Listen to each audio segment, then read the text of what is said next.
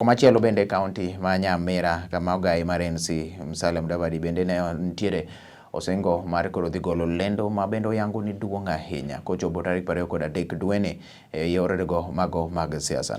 Kata kamano ne okwedo weche moko ni ochano mar riwore kod riwruok siasa moro amora motelo ne yiero ma itimo dwe mar 8.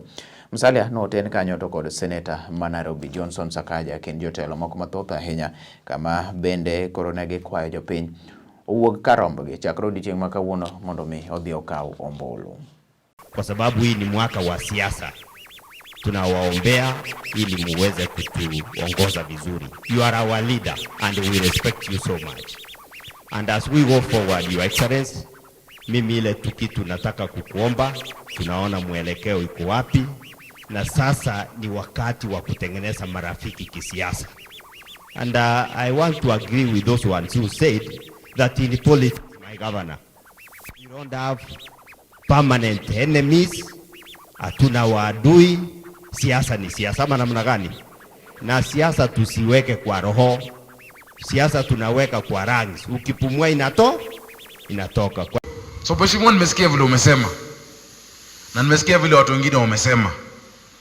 Unajua Musalia Mudavadi ni kiongozi ambaye for me I am confident. Huyu ni kiongozi, umeisikia kitukana mtu? Umeisikia akiwa na shida na mtu yote?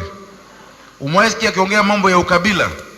Kila siku si anaongea mambo ya uchumi na mambo ya umoja, si ni kweli? Mambo ya uchumi ndo anaongea. So watu wanauliza, kwani kunaendaje? Mimi nasubiri tarehe 23. Nitakuja, mimi si mwana ANC, but nitakuja kwa hiyo mkutano kwa sababu mimi ni senator wa Nairobi. Because I know where you will lead us is a safe place. Where you will take us is a safe place. But na vile nakujua kama kuna wale tutafanya kazi nao, tufanye kazi na watu ambao wanaongea lugha ya uchumi, ambao wanaongea lugha ya mwananchi wa kawaida, sio lugha ya mabwenyenye, lugha ya mwananchi wa kawaida, kwa sababu hao ndio wako na usemi. And let me tell you, do not worry. Leadership is not position, leadership is influence. Uongozi sio kiti, uongozi ni ushawishi. Popote ambapo mimi najua Musalia Mudavadi atakuwa, hiyo serikali itakuwa salama. Hiyo serikali itakuwa salama. Hiyo serikali itakuwa haina ufisadi. Hiyo serikali itakuwa inaangalia mambo ya uchumi yetu na tutaenda mbele pamoja. My message to you sasa ni hii. Tarehe 23 mwezi huu, Jumapili ijayo, baada ya ibada, chama cha ANC kitakuwa na mambo matatu. Jambo la kwanza, wanataka wanipatie tikiti yao kugombea kiti cha urais. Jambo la pili, wanataka watupatie idhini ya kuwa na uwezo wa kuingia kwa mrengo ama coalition formation, kwa sababu bila idhini ya chama hauwezi kuweka sahihi kwa coalition na chama kingine. Na jambo la tatu, wanataka tuzindue manifesto ya Amani National Congress,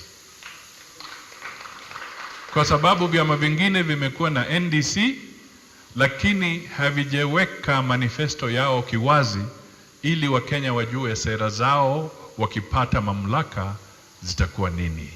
Kwa hivyo kwa ANC sasa manifesto yetu iko tayari na tutaizindua tarehe 23 mwezi huu, ili wale wanataka wajue tunafikiria nini kwa mambo ya kiuchumi, kwa mambo ya sheria, kwa mambo ya walimu, kwa mambo ya afya.